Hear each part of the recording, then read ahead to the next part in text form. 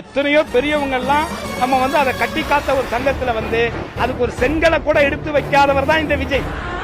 அவர் அவங்க ரசிகர்களுக்கு வேணா அப்பளமா இருக்கலாம், எங்களை பொறுத்த வரைக்கும் அது ஒரு சப்பானி, அது முடிஞ்சு போகும். நம்மளுக்கு அவ்வளவு மகிழ்ச்சி கொடுக்கிற நம்ம விஜய் சினிமாலேயே வச்சுக்கணும்.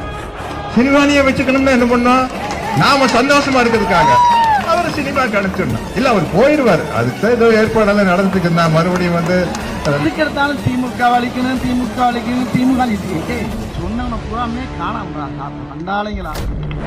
நானும் பார்த்துட்டு தான் இருக்கேன். அப்ப பார்க்க எவனையும் சொல்றானோ அவன் ஆளை காணும்.